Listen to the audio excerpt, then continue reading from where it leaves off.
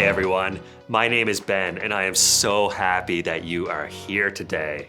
I hope that you really enjoy this experience. You know, as I've gotten older, I've come to really appreciate the people in my life who have cared for me. You know, I think of my mom, I think of my dad, I think of my grandparents and my aunts and uncles, my brother and friends, and most importantly, you know, Jesus has cared for me throughout my entire life, and they've all set a really great example on me and have taught me that I too need to care for others. And that's what we're gonna learn today. We're gonna learn about how Jesus wants us to care for others. So how about y'all join me in this experience? I can't wait to see what happens.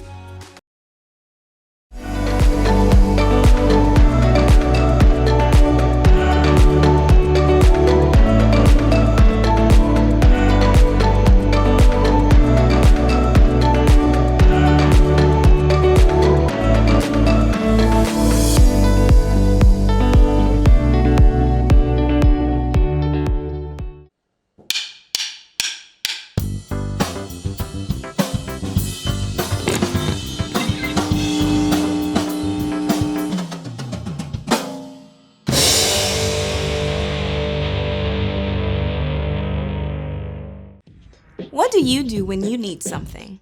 If you're thirsty, you take a drink. When you're bored, maybe you pick up a good book. If you're cold, you grab a sweater. Lonely, you hang out with a friend. And if you're hungry, you pick up your favorite snack. It's really easy to do something about your own needs because you can't escape them. They follow you around like a shadow. It's a lot more difficult to pay attention to what other people need. You have to focus your eyes and your heart. And when you begin to see the needs around you, then you can take action.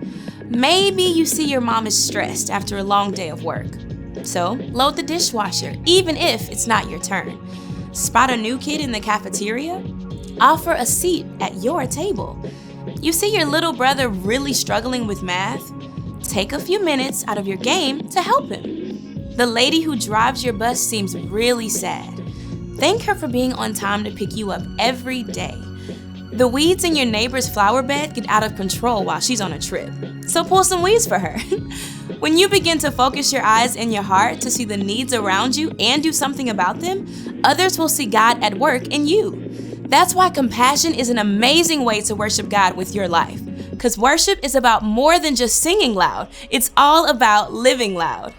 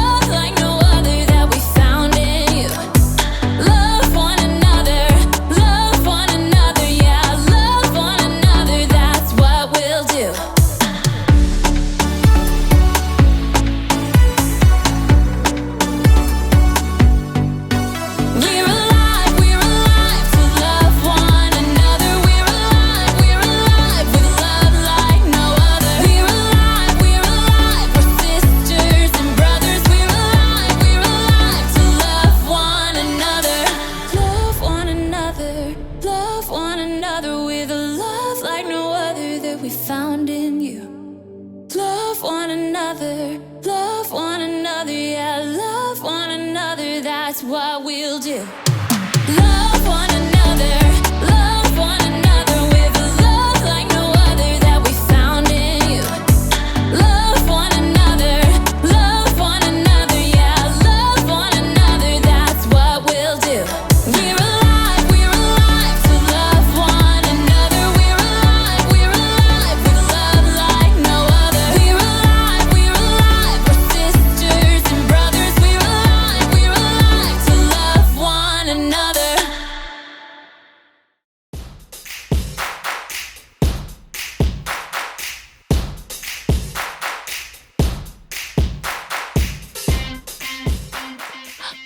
Hello, neighbors! It's me, Erica, and this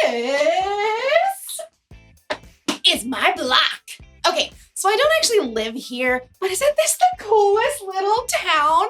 Almost everyone you know lives in a neighborhood. Of course, what your neighborhood looks like may be different from someone else's. You may live in this kind of neighborhood. A lawn to mow, swing set in the backyard, lemonade stand in the driveway. Or maybe your neighborhood is more like this.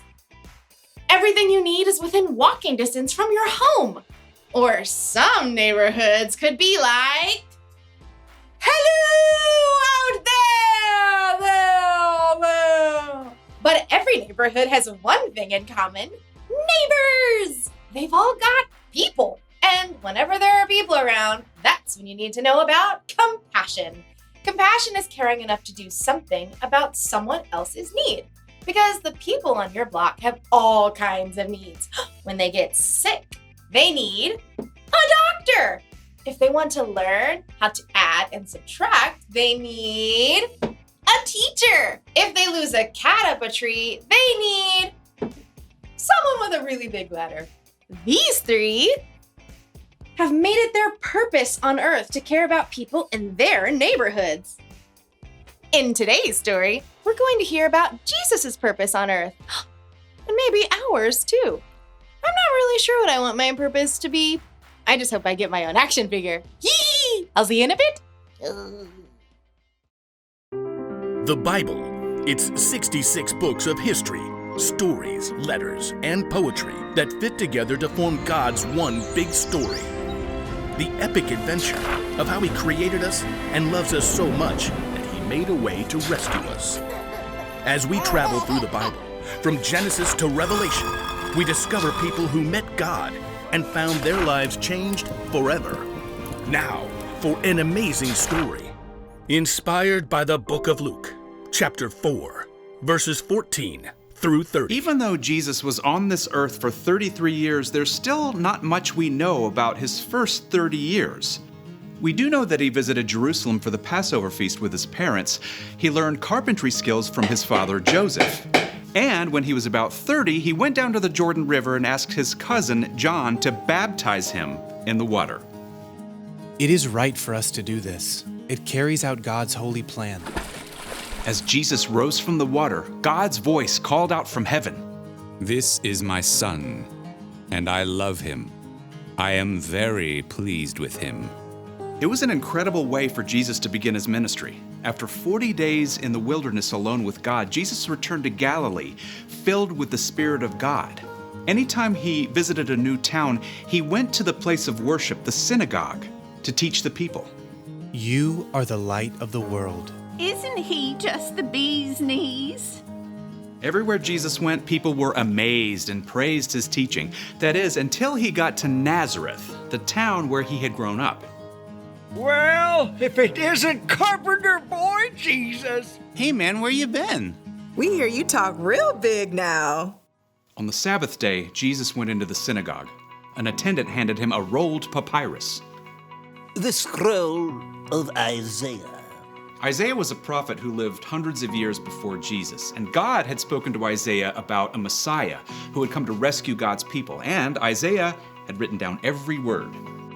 Watch that papyrus as you unroll it. A bit crackly.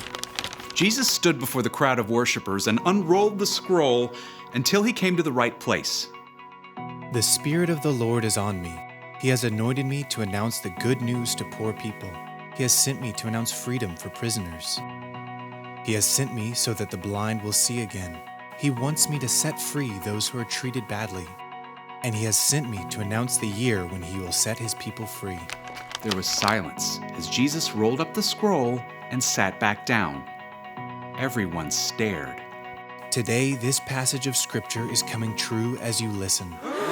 Jesus hadn't just read some dry, dusty, ancient words. Jesus had declared that he was God's Messiah, that he was there to announce good news and bring freedom to the poor, the hurting, and those who had been mistreated. But he's Joseph's son, isn't he? He can't be the Messiah. What I'm about to tell you is true. A prophet is not accepted in his hometown.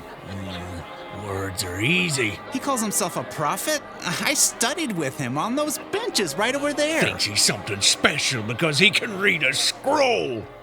All around the synagogue, people rose to their feet, glaring. They turned on Jesus. You are not welcome here anymore. That's right. We don't need you making things up. The people were so angry they forced Jesus out of the synagogue. He allowed them to herd him straight through the village, all the way to a cliff on the edge of town. Get rid of him! Throw him down! But Jesus simply turned and looked at the people, sorrow in his eyes.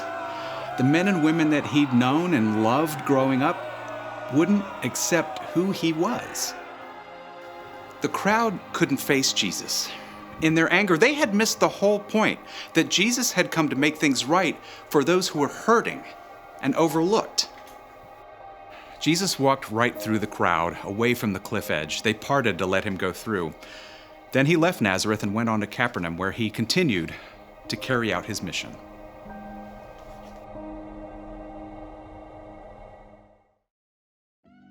When Jesus was here, he had a mission to announce the good news to people who needed to hear it and to care about people who'd been treated badly or had been overlooked. He came to heal, to teach, and to rescue. That was his purpose. And Jesus fulfilled that purpose when he died on the cross for the sins of the whole world. That's how much compassion he has.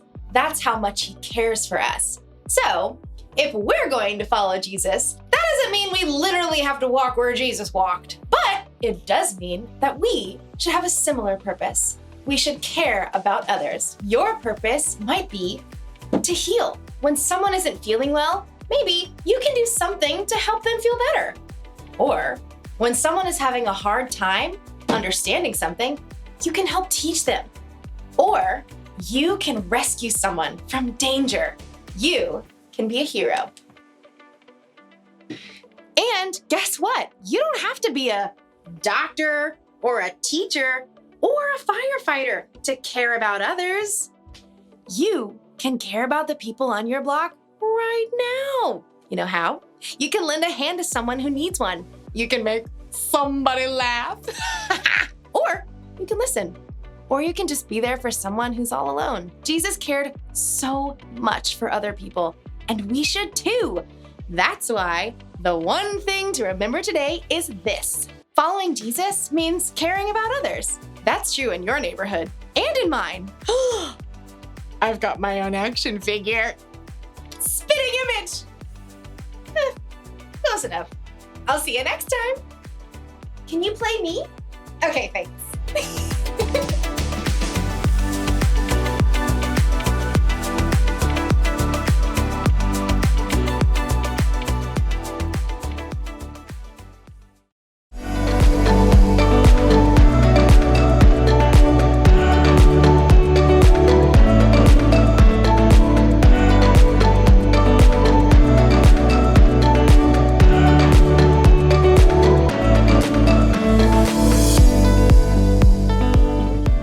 This month's verse comes from Micah chapter 6, verse 8, and it goes like this.